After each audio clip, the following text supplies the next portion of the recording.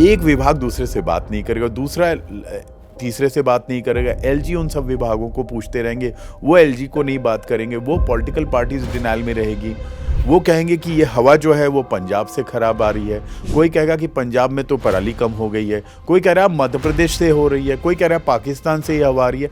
ये कोई बात हो रही है? हमारी सबसे बड़ी प्रॉब्लम है कि हम मान चुके हैं कि हम एक गरीब देश हैं, हमें अच्छे सांस लेने की ज़रूरत नहीं है। अगर मैं साइकिल पे जाऊंगा तो लोग समझेंगे मैं गरीब हूँ। फिर हम सिंगापुर जाते हैं, बैंकॉक जाते हैं, लंदन जाते हैं, वहाँ हम गाड़ी को ढंग से चलाते हैं, स्पीड लिमिट मेंटेन करते हैं, पार्किंग ढंग से करते हैं। हम दिल्ली में नाराज़ हो जाते हैं, बोलते हैं तुम्हें पता नहीं मेरा बाप कौन है। पैंडेमिक में आपने लोगों को मार मार के, पीट पीट के, समझा समझा के, कह कह के, रोज प्रेस ब्रीफिंग करके मास्क पहनाया, उनको पहला इंजेक्शन लगवाया।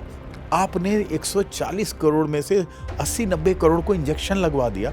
आप मुझे ये कहना चाहते हैं कि हम पराली नहीं रोक सकते? फिजिकल रीजंस के लिए हो रहा है जो यहाँ के दिल्ली के हैं, या पराली से हो रहा है?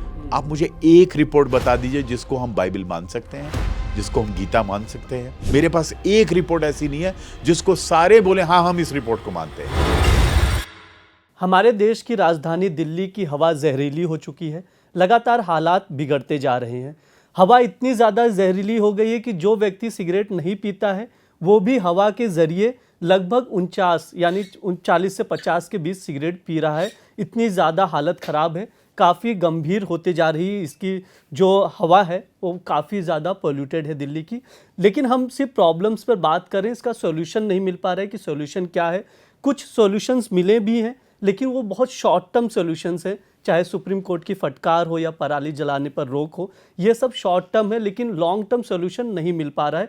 तो इस पर हम बात करेंगे और समझेंगे कि क्या सॉल्यूशन समाधान हो सकते हैं। हमारे साथ सुप्रीम कोर्ट के लॉयर सुधीर मिश्रा जी हैं। सर, आपका दैनिक जागरण में बहुत बहुत स्वागत है।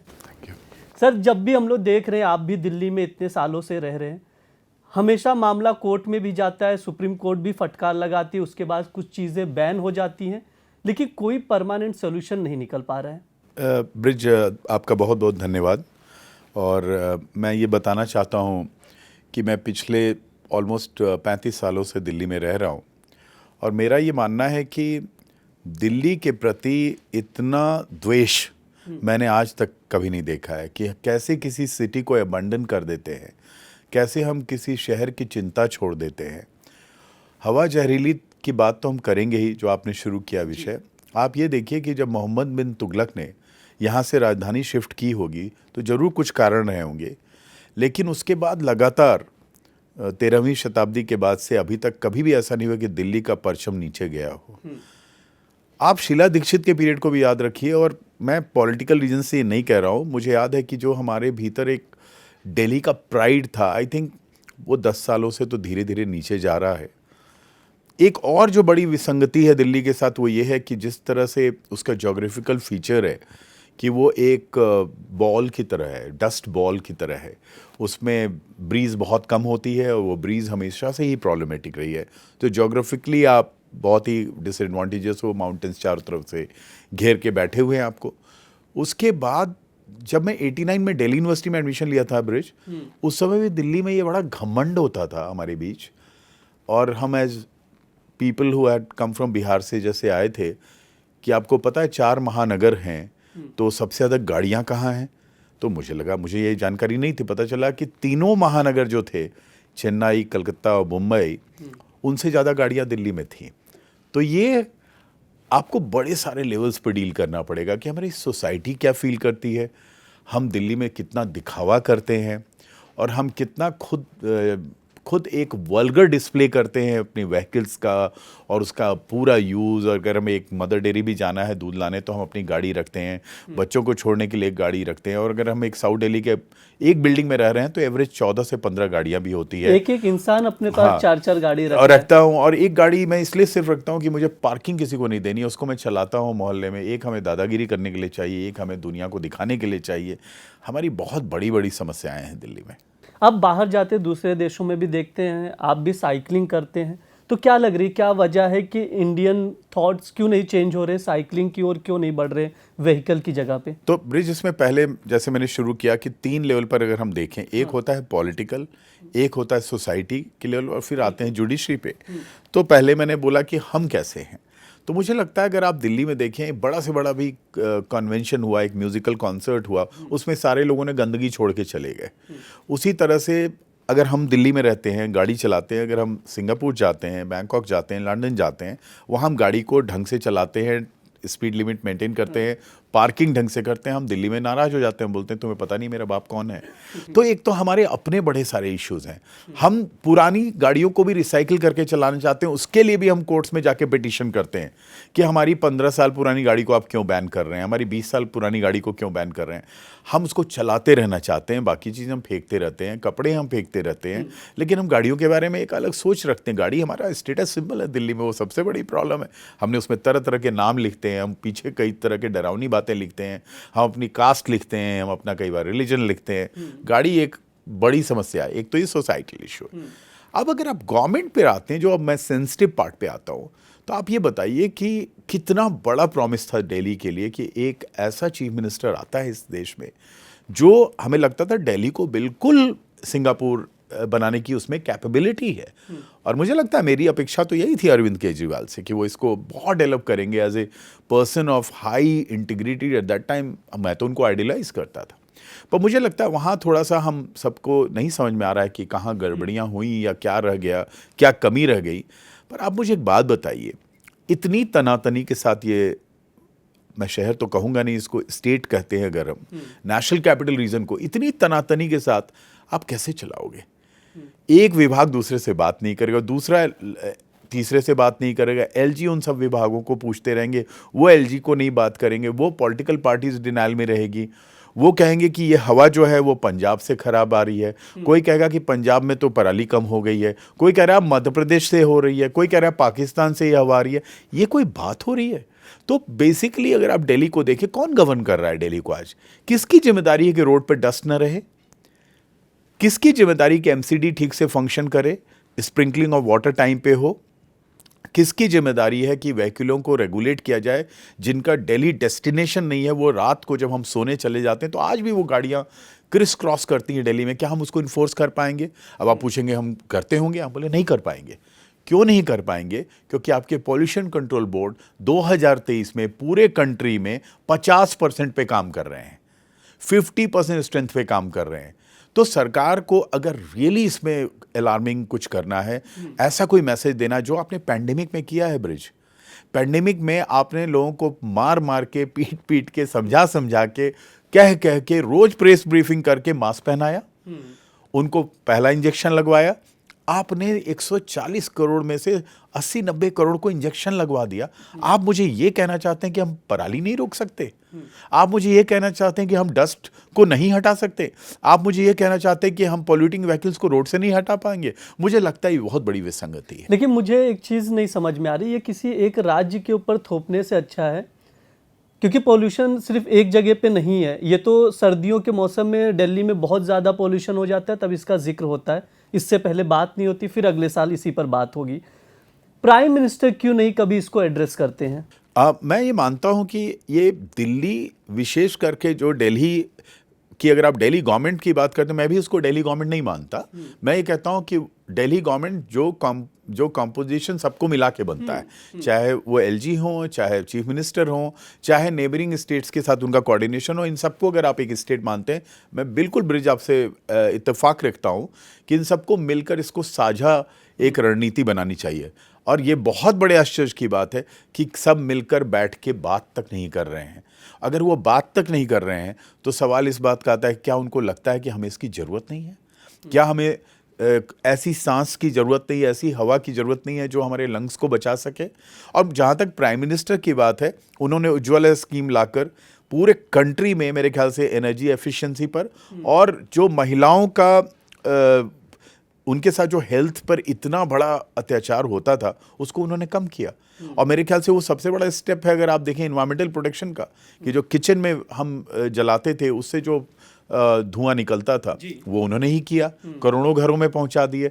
उसी तरह से टॉयलेट्स पहुंचाए। तो वो जब चाह लेंगे, उन्होंने जब गुजरात में गिर लायंस की पोचिंग हुई थी तो उन्होंने 48 घंटे में पूरी इतनी एक्टिविटी कर दी थी कि उन पोचिंग के केसेज में जो कन्विक्शन हुआ है ब्रिज, छः छः सात सात साल का पोचस का जो बहुत दूर से आए थे सेंट्रल इंडिया से, वो आज भी नज़ीर है और उसके बेसिस पर बाकी वाइल्ड लाइफ केसेस में डिसीजंस किए जाते हैं। तो अगर प्रधानमंत्री इस बात के लिए अगर इनको पूछेंगे कि भाई आप सब स्टेट्स के चीफ मिनिस्टर्स बैठ के इसको क्यों नहीं रिजॉल्व कर रहे हैं कि पराली भी कम बिल्कुल ना जले, उसका पहले ही 6 महीने पहले निपटारा हो जाए, और आप सब ये डस्ट कैसे रिमूव करेंगे, व्हीकल्स का कैसे आप लोग रजिस्ट्रेशन करेंगे, I think situation can change.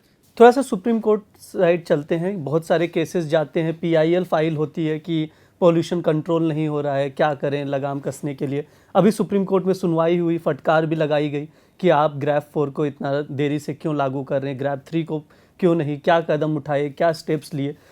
हर साल का ये है, हर साल यही सवाल कोर्ट पूछता है। तो क्या इसका सॉल्यूशन निकलेगा ही नहीं, ऐसे ही होता रहेगा ये? ब्रिज, ये बहुत इंपॉर्टेंट प्रश्न है। अब आप तीसरे पार्ट पर आए, तो मेरा ये मानना है कि कोर्ट्स ने पिछले 15-20 सालों में जितना काम, अगर हम 25 साल बोलते हैं, इन्वायरमेंट पे किया है, मेरे ख्याल से शायद ही 75 साल 80 साल में वर्ल्ड में कहीं हुआ हो जितना काम भारत में हुआ है। आपको मैं एक एग्जांपल देता हूँ, फिर हम एयर पोल्यूशन पे आते हैं। हमारा फॉरेस्ट कवर 9 से 10% था आज़ादी के समय, आज वो 16 से 17% है, बिकॉज कोर्ट्स ने 1996 के बाद एक फॉरेस्ट बेंच बनाई और प्रोटेक्शन ऑफ फॉरेस्ट पर काम किया। हमारे टाइगर्स खत्म हो गए थे, लुप्त ही हो रहे थे 1973 में, 50 साल उसके अभी पूरे हुए, उसकी संख्या ऑलमोस्ट 600 गुना बढ़ गई। और अगर टाइगर सर्वाइव करता है तो वो इंडिकेटर स्पीशीज है, फॉरेस्ट सर्वाइव करता है। आपको पता है सुप्रीम कोर्ट की मर्जी के बिना एवरी फ्राइडे फॉरेस्ट बेंच बैठती थी और हरीश साल्वे जैसे बड़े वकील उसके माइकस होते थे, और हम सब उन कोर्ट्स में जाते थे। अगर आपको किसी भी प्रोटेक्टेड एरिया से रिलेटेड कोई इशू उठाना है कि यहाँ पर मैनेजमेंट ठीक नहीं हो रहा है, या टूरिज्म कम होना चाहिए, या रोड नहीं बननी चाहिए, या एनिमल प्रोटेक्शन ठीक से नहीं हो रहा है, तो आप उस कमेटी के थ्रू सुप्रीम कोर्ट के फॉरेस्ट बेंच में जाते थे। मुझे लगता है कि एयर पॉल्यूशन या यमुना के बात अगर कल को आप करेंगे, उसमें भी हमें वही इंटेंसिटी चाहिए कोर्ट में। मुझे एक परमानेंट एयर पॉल्यूशन बेंच चाहिए सुप्रीम कोर्ट में। मुझे एक एयर बेंच चाहिए सुप्रीम कोर्ट में जो हर फ्राइडे को 1 घंटा लगाए, और सारे स्टेट गवर्नमेंट जो नेशनल कैपिटल रीजन में है उनको ये पता हो कि अगले सप्ताह मुझसे ये फिर पूछा जाएगा। मैं ये साइक्लिकल 15 साल 15 दिन 20 दिन की जो ये आवाज़ उठती है और सारा मीडिया बोलता है और हमारी कोर्ट्स बोलती है, उससे मेरे ख्याल से नहीं काम चलेगा ब्रिज। उसका कारण बताता हूँ। अगर आप देखें कि सुप्रीम कोर्ट ने बोला ग्रेप 4 आप नहीं हटाएंगे बिना मुझसे पूछे, इसके पहले सुप्रीम कोर्ट ने बोला दिल्ली में पेड़ नहीं कटेंगे मेरे से बिना पूछे। जब ये ऑर्डर्स पास होते हैं तो वो नीचे पर्कुलेट करते हैं, वो डाउनवर्ड जाते हैं। तो अगर ग्रेड 4 नहीं हटेगी तो इसका ये मतलब होगा कि आपको सारी की सारी वो मेहनत करनी पड़ेगी, आप सारी उन चीज़ों को करेंगे जिससे पॉल्यूशन नीचे जाएगा। पर कितना नीचे जाएगा? आपके अच्छे दिन जो होते हैं जिसमें 50 AQI हो, 50 AQI पर आप जिंदा ठीक से रह सकते हैं, जिसको कि वर्ल्ड हेल्थ ऑर्गेनाइजेशन ओके बोलता है। 50 से ऊपर आपको 50 से लेकर 200-250 ऑलमोस्ट 90% रहते हैं। तो आपके सुप्रीम कोर्ट को हर फ्राइडे एक एयर पॉल्यूशन बेंच बनाकर उसमें हम सबको बुलाकर कहना चाहिए कि भाई तुम्हें ये काम करना है, तुम्हें ये काम करना है, और स्टेट्स को करना है। ये काम पहले फॉरेस्ट बेंच ने किया है। अब मेरे ख्याल से फॉरेस्ट को हमने बचाया है, अब हमें एयर के लिए यही काम करना होगा, क्योंकि ये बहुत बड़ी हेल्थ इमरजेंसी है। मैंने 2015 में दिल्ली हाई कोर्ट में अपनी पिटीशन ब्रिज फाइल की, जो आज भी पेंडिंग है, मेरे नाम से चल रही Sudhir Mishra versus union of India. अब उसमें इशू ये है कि खाली दिल्ली में 15-20 पिटीशंस चल रही है। नेशनल ग्रीन ट्रिब्यूनल में चल रही है, सुप्रीम कोर्ट में चल रही है, दिल्ली हाई कोर्ट में मेरे नाम से चल रही है, court on its own motion से चल रही है। अब ये सारे मैटर्स में किसी में आप आर्टिकल 32 में हो, किसी में आर्टिकल 226 में हो, किसी में आप NGT में कॉम्पनसेशन में हो। आप इन सबको एक धारा दे पाओगे, एक प्रवाह दे पाओगे, अगर राज्य में सब एक साथ बात नहीं कर रहे हैं दिल्ली में, और नेशनल कैपिटल रीजन का कोई नेशनल कैपिटल रीजन बोर्ड में चीफ मिनिस्टर्स बैठ के बात नहीं कर रहे हैं, हमारे कंट्री के एनवायरमेंट मिनिस्टर इन सबको बैठा के बात नहीं कर रहे हैं, तो सुप्रीम कोर्ट करे। बिल्कुल। जिम्मेदारी की बात कर रहे थे आप, मुझे एक चीज़ नहीं समझ में आती, जब कहीं एक्सीडेंट होता है तो मंत्रियों के ऊपर जिम्मेदारी आती है, अधिकारियों के ऊपर जिम्मेदारी आती है, यहाँ तक कि इस्तीफे देने पड़ जाते हैं। लेकिन जब इन्वायरमेंट की बात आती है, पॉल्यूशन की बात आती है, कोई भी मंत्री या कोई भी अधिकारी इस जिम्मेदारी को लेता नहीं है, ना कभी इस्तीफे की बात नहीं होती है। ना किसी भी अधिकारी पे मुकदमे दर्ज होते हैं, ना उसके खिलाफ कोई कार्रवाई क्यों होती, इतनी लापरवाही क्यों? तो अगर आप ब्रिज ध्यान दें, मैं फॉरेस्ट बेंच को फिर रेफरेंस पे लाऊंगा। फॉरेस्ट बेंच और उसके पास किए हुए बहुत सारे ऑर्डर्स का ये हश्र था और उसका इम्पैक्ट था कि कंट्री में फॉरेस्ट मिनिस्टर को जेल भी जाना पड़ा था, अगर आपको याद हो बहुत पहले। स्टेट्स के forest minister, forest secretary, chief wild warden, उन लोगों को बाकायदा पेनल्टी पे करनी पड़ती थी। ट्री फेलिंग बहुत डिफिकल्ट हमारे कंट्री में हो गया। अभी आपको याद होगा देहरादून में 40,000 पेड़ काटने की बात थी, लोग सड़क पर आ गए और पेड़ कटने बंद हो गए। उसी तरह दिल्ली में रिज में या कहीं भी पेड़ कटने की बात हुई, सुप्रीम कोर्ट ने बोला अब आप एक पेड़ मेरे से बिना पूछे नहीं काटेंगे। ये तो 1 महीने पहले की बात है। उसी तरह से जिम्मेदारी आप किसके फिक्स करेंगे? कल एक चीफ मिनिस्टर बोल रही थी कि पंजाब में बेटर हुआ है, मध्य प्रदेश से आ रही। हमें नहीं पता। हम नहीं मान सकते कि वो नासा ने जो कैप्चर नहीं किया वो कोरिया के सैटेलाइट ने क्या कैप्चर किया। ये तो वही वाली बात होगी कि आपके सर पे कितने बाल हैं, जितने आसमान में तारे हैं। अब इसका निपटारा कौन करेगा? तो इसका आंसर तब होगा, लायबिलिटी आप तब फिक्स करेंगे कि धूल से हो रहा है, वेहिकुलर पॉल्यूशन से हो रहा है, पेड़ों के कटने से हो रहा है, फिजिकल रीजंस के लिए हो रहा है जो यहाँ के दिल्ली के हैं, या पराली से हो रहा है। आप मुझे एक रिपोर्ट बता दीजिए जिसको हम बाइबल मान सकते हैं, जिसको हम गीता मान सकते हैं। मेरे पास एक रिपोर्ट ऐसी नहीं है जिसको सारे बोले हाँ हम इस रिपोर्ट को मानते हैं। तो इसका सॉल्यूशन ये है जो मैं पिछले 10 दिनों से लगातार बोल रहा हूं, आप फॉरेंसिक ऑडिट करा लीजिए। सुप्रीम कोर्ट एक फॉरेंसिक ऑडिट करा ले, किसका क्या शेयर है इस पूरे डैमेज में। मेरा लंग कॉम्प्रोमाइज हो रहा है ब्रिज, आपका लंग कॉम्प्रोमाइज हो रहा है, 100% कॉम्प्रोमाइज हो रहा है। आप सब अपना अपना परसेंटेज निकाल के दे दीजिए, फिर हम उसके खिलाफ एक्शन लेने की बात मांगेंगे। तो अभी आप किस बात की लायबिलिटी फिक्स करेंगे? आप जाते हैं डॉक्टर के पास, डॉक्टर पॉल्यूशन उसको रीजन नहीं लिखता है, वो लिखता है इन्फ्लेमेशन इन द लंग्स। तो आप किसकी लायबिलिटी फिक्स करेंगे? क्योंकि हमारे कॉन्स्टिट्यूशन में आम आदमियों को राइट्स मिला है, राइट टू लाइफ है, हमारी राइट टू लाइफ है, लेकिन राइट टू क्लीन एयर है, लेकिन पर वो राइट कैसे टू क्लीन मिलेगा? किससे आप इन्फोर्स करेंगे? इन्फोर्स करने के लिए अगर आपके पास एक क्रेडिबल रिपोर्ट होगी कि भाई ये लोग इसके लिए जिम्मेदार हैं, पीडब्ल्यूडी जिम्मेदार है कि रोड को उसने नहीं कारपेट किया ठीक से, धूल बहुत ज़्यादा है, एमसीडी जिम्मेदार है किसी वाटर स्प्रिंकलिंग नहीं करने के लिए, हमें पता होना चाहिए। या नेशनल कैपिटल रीजन में कंस्ट्रक्शन ऐसा हो रहा है जो हमारे लंग्स को डैमेज दिल्ली में कर रहा है। मैं आपने बहुत अच्छी बात बोली, खाली दिल्ली थोड़ी ना जिम्मेदार है, नेबरिंग स्टेट्स का क्या? पॉल्यूशन तो कोई वीज़ा पासपोर्ट लेकर तो आ नहीं रहा है। तो मेरे ख्याल से इस पर एक साझी रणनीति तभी बनेगी जब जनता इसके बारे में मांग करेगी। आप मुझे 10 लोग मिलकर बता दीजिए जिसमें से 9 से आप पूछेंगे क्या पॉल्यूशन है, बोलेंगे नहीं यार कोई ऐसा कुछ भी नहीं है, इंडिया गेट चलते हैं शाम को। आप इंडिया गेट आज शाम चले जाइए, मैं कल शाम इंडिया गेट से गुजरा हूँ, वहाँ उतनी ही भीड़ थी, किसी को कोई फर्क नहीं पड़ रहा है कि वहाँ 600 AQI है।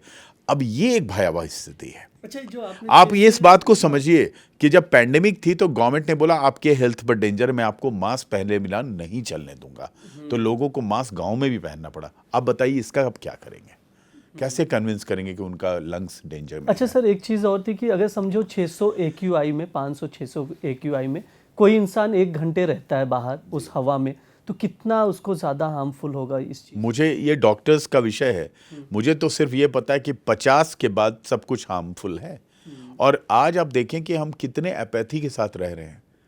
आप सोचिए, हमेशा हम क्या करते हैं, हमारी डिबेट में एक नयापन ये आएगा। ब्रिज आप बताइए कि एज ए सोसाइटी हम क्या कर रहे हैं? हम इंडिपेंडेंट हो गए 1947 में। क्यों हुए हम इंडिपेंडेंट? क्योंकि हमने कम से कम 70-80 साल स्ट्रगल किया उसके लिए। अगर हम उस समय स्ट्रगल नहीं कर रहे होते और अगर उसी समय इंटरनेट आ गया रहता और हम वो जो 5 GB डेटा में मिलता है तो उस पर रील बना रहे होते, तो इंडिपेंडेंस तो नहीं मिलता आपको।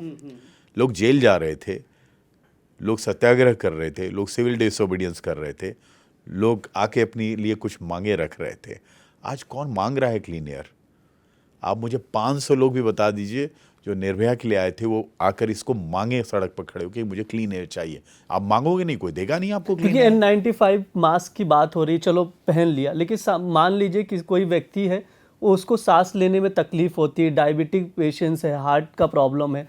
अब ऐसे इंसानों के लिए मास्क पहन के भी तो बाहर निकलना बहुत मुश्किल है। और जैसे घर से बाहर निकलना है, सब्जी लाना है या छोटे मोटे काम करना है, आदमी को निकलना ही पड़ेगा। लेकिन मैं उससे भी बेसिक पे जा रहा हूँ। एक तो वो है कि इसमें हम डिनाइल मोड में हैं, from the government, from the civil society, from the resident welfare, हम सबके तरफ से डिनाइल।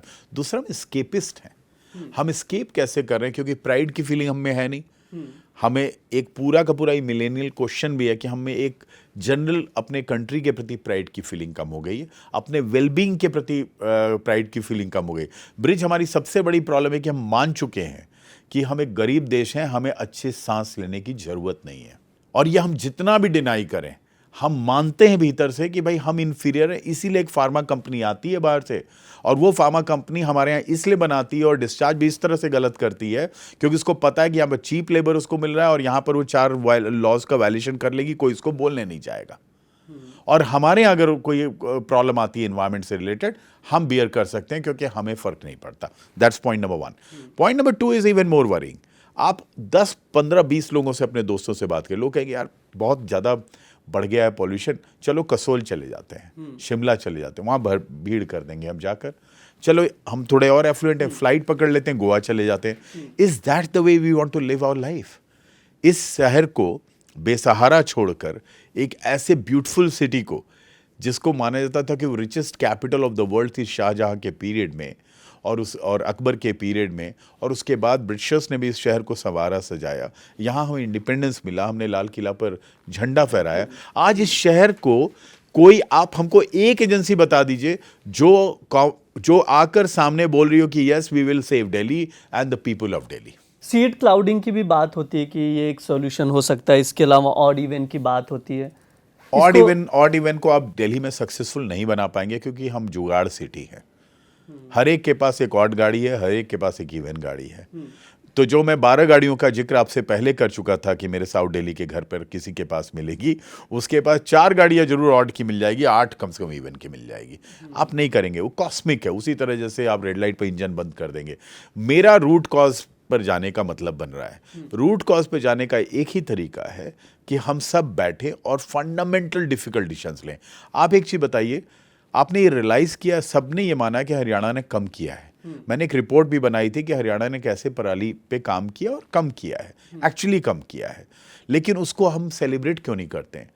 दिल्ली की जो वो पॉपुलेशन है जो 2 व्हीलर्स पर शिफ्ट कर गई है, इलेक्ट्रिक 2 व्हीलर पर शिफ्ट कर गई है, उससे हमारा काफ़ी हद तक पॉल्यूशन पर असर पड़ा है दिल्ली में। इसीलिए जो अब ज़्यादा दिन हमें अच्छे दिन मिलने लगे हैं, 200 और 175 के करीब AQI, वो इसलिए भी मिलते हैं कि बहुत सारे लोगों ने इकोनॉमिक रीजन से EV पर शिफ्ट किया है। तो अगर ऐसा पॉसिबल है तो हम क्यों नहीं ज़्यादा इलेक्ट्रिक व्हीकल्स को प्रमोट करते हैं और एग्रेसिवली। मैं ज़्यादा नहीं बोलूँगा क्योंकि वो कॉन्ट्रोवर्शियल होगा, लेकिन आप इलेक्ट्रिक व्हीकल्स को प्रमोट करिए विग्रसली। वो आपके पॉल्यूशन में सीधा 15% कम कर देगा अगर NCR में हम कम से कम रजिस्ट्रेशन को इनकरेज करें बाकी व्हीकल्स को in comparison to EV vehicles. GRAP 4 को किस तरह से देख रहे हैं, जिस हिसाब से लागू किया गया है? क्या बहुत ही मुश्किल में है दिल्ली ग्रैब 4 के कारण। जो कंस्ट्रक्शन वर्कर है, जो गरीब हमारा चल कर आया है बिहार से और यूपी से, बंगाल से, वो काम करने आया है, उसको मुआवजा कौन देगा? अभी आप उसका काम बंद कर देंगे क्योंकि वो आसान है आपके लिए। कंस्ट्रक्शन इंडस्ट्री, मैं उनके बिहाफ में तो बोल नहीं सकता, पर आप कभी ये सोचिए कि जिन लोगों का तुरंत रातों रात उनको बोला जाए कि आप सब लोगों को कल से दिहाड़ी नहीं मिलेगी, आपको डेली वेजेस नहीं मिलेंगे, कभी सोचा हमने कि उनका क्या हाल होगा? हम इन चीज़ों पर भी गौर करेंगे। उससे क्या ज़्यादा इंपॉर्टेंट ये नहीं है कि हम पहले उसमें डेप्थ में जाएं, देखें कि उनकी इन्वायरमेंटल इम्पैक्ट असेसमेंट क्या है, उनका इन्वायरमेंटल मैनेजमेंट प्लान क्या है, क्या वो डस्ट कंट्रोल कर सकते हैं या नहीं कर सकते हैं, और अगर वो कर रहे हैं तो उसको ब्लैंकेट बैन आप कर रहे हैं। आपके फ्लाईओवर्स आधे आधे बने हैं। मैं आपसे एक बात कहता हूँ, जेवर एयरपोर्ट बनने वाला है, हम लोग नोएडा में बैठे हैं, देयर इज़ ए टॉक कि आपका DND 2 घंटे सुबह और 3 घंटे शाम को कंजस्टेड रहता है। अगर मैं मयूर विहार से और साउथ दिल्ली से ब्रिज कल को जेवर एयरपोर्ट जाऊंगा, अब तक बारापुला की तरह चिल्ला एलिवेटेड रोड महामाया तक बन गई होती, पर वो नहीं बन पा रही है। जितनी बार उसका कंस्ट्रक्शन रुकेगा, कल को जब एयरपोर्ट खुलेगा वो परेशानियां आएंगी आपके सामने, और बड़ी जाम की समस्या आपके सामने आने जा रही है। तो आपको इन सब चीज़ों को भी सोचना पड़ेगा। सुप्रीम कोर्ट ने कह दिया हमसे बिना पूछे आप नहीं हटाएंगे, लेकिन अगर उनके माइंड में भी ये है कि वो वेट नहीं कर सकते कि ये 50 AQI होगा तब तक ग्रेड 4 को आप इंप्लीमेंट करेंगे। I don't know what is the number, क्योंकि अभी सिचुएशन ऐसा है कि कोई बाहर जा रहा है, समझ ले सिगरेट नहीं भी पी रहा है तो 40 से 50 सिगरेट। हाँ, और हम लोग वो लोग हैं, मैं आपके बारे में नहीं जानता, मेरे पिताजी ने तो मुझे नहीं पीने दिया। अब वो इस दुनिया में नहीं है और मुझे जबरदस्ती 40 सिगरेट पिलाया जा रहा है। तो मेरा ये मानना है कि ये सिचुएशन बहुत ही संजीदा है। मुझे 3 बातें मुख्यतः इसमें कहनी है कि जुडिशरी बिल्कुल इसमें जो भी कुछ हम कर पा रही है वो कर रही है, हमेशा किया है उन्होंने। अब उनका एक ही काम है कि इसको स्ट्रक्चर देना होगा, क्योंकि हाई कोर्ट्स भी इस पे बात कर रहे हैं, नेशनल ग्रीन ट्रिब्यूनल भी काम कर रही है। अगर हम एक बेंच बना दें एयर पॉल्यूशन के लिए और उस बेंच में सारे मैटर्स का समावेश कर दें और वहाँ पर उसकी मॉनिटरिंग बेटर होगी। पॉलिटिकल लेवल पर मैं चाहता हूँ कि हमारे इन्वायरमेंट मिनिस्टर सारे इन्वायरमेंट मिनिस्टर्स के साथ बैठें, कंट्री के इन्वायरमेंट मिनिस्टर, और एक स्ट्रैटेजी बनाएं कि कैसे इसको कम किया जा सकता है और ईयर राउंड उस पर इम्प्लीमेंटेशन हो, साइक्लिकल ना हो कि भाई अभी हंगामा है तो अभी हम उसको काम कर रहे हैं। ये दूसरा सोल्यूशन है। तीसरा, सिविल सोसाइटी खुद इंट्रोस्पेक्ट करे कि अगर वो इलेक्ट्रिक व्हीकल पर शिफ्ट करे, पब्लिक ट्रांसपोर्ट पे ज़्यादा शिफ्ट करे और जहाँ ज़रूरी हो वहाँ तक जाए, और सरकार उनकी मदद करे कि साइकिल ट्रैक्स बने। अभी ये हालत है कि मैं दिल्ली में तो साइकिल चला नहीं सकता। दिल्ली में साइकिल चलाऊंगा, जितने मेरे दोस्तों ने साइकिल चलाई उनको व्हीकल्स ने हिट किया है कहीं ना कहीं, 2-3 जो चलाते थे। गुड़गांव में भी किया है लोगों को, और नोएडा में मैं ऐसे रोड पे चलाता हूं जहां व्हीकल्स नहीं आती हैं। पर साइकिल बहुत अच्छी चीज़ है। और आप देखें बड़े यूरोपियन देशों में जहां पॉपुलेशन कम है वहां cycle is the mode of transport. पर वो फ्यूडलिज्म से जुड़ा हुआ प्रश्न कैसे आप सॉल्व करेंगे? अगर मैं साइकिल पे जाऊंगा तो लोग समझेंगे मैं गरीब हूं। तो ये सारे बड़े सारे विवाद हैं। प्लस साइकिल ट्रैक बनाने पड़ेंगे आपको, लोग जाना चाहेंगे। पब्लिक ट्रांसपोर्ट को भी बहुत लोग इसलिए नहीं ले पा रहे हैं कि उसकी एक्सेसिबिलिटी हमेशा से एक इशू रही। तो उन सब की आप एक्सेसिबिलिटी को दूर करिए, उसके बीच में बैटरी वाली गाड़ियाँ चलाइए। तो ये सब चीज़ों से आप दिल्ली को बचाएंगे। बट अगर आप मुझसे अंत में पूछें क्या हो सकता है, मैं पेसिमिस्ट नहीं हूँ। मुझे लगता है ये कंट्री अगर पैंडेमिक में अपने को इस तरह उभार सकती है, एज ए राइजिंग टाइगर हमारी इकॉनमी बढ़ रही है। अगले साल हम 4th पोजीशन पर आने वाले हैं, विश्व में 4थी सबसे बड़ी अर्थव्यवस्था। हमने रिकॉर्ड नंबर पर इलेक्ट्रिक व्हीकल्स बना रहे हैं, और मैं प्रमोट करना चाहता हूं। मैं सर्कुलर इकॉनमी के डिबेट में नहीं जाऊंगा। अभी मेरी प्रायोरिटी है कि जो इस तरह के अर्बन सेंटर्स हैं जहां लोग नौकरी की तलाश में आते हैं, हम आप सब यहां काम करने आए, हम सब बाहरी थे, तो हमारे पास कोई और रास्ता नहीं है, हम यहां पर कम से कम पॉल्यूशन का ढेर ना बनाएं। ये हमारी प्रायोरिटी है। और मुझे लगता है अगर बीजिंग कर सकता है तो हमारे लोग सिर्फ उसको स्टडी करें और ऐसे लार्ज सिटीज़ को स्टडी करें और कोशिश करें कि हम किसी तरह से AQI को आइडियल स्ट्रक्चर पर ले जा पाएं। जी सर, बहुत बहुत धन्यवाद सर, हमसे बात करने के लिए समय हो चुका। जैसा कि सुधीर जी ने बताया कि रिस्पॉन्सिबिलिटी सबकी है, जो सिटीज़न है उसकी भी है, सरकार की भी है। तो सभी को मिलजुल कर काम करना होगा इस पॉल्यूशन को टैकल करने के लिए, और लॉन्ग टर्म विज़न रखना बहुत ज़रूरी है। शॉर्ट टर्म सोल्यूशन से कुछ नहीं हो सकता, ये सर ने बताया। इसी तरह की वीडियोस देखने के लिए जुड़े रहिए दैनिक जागरण के साथ। शुक्रिया।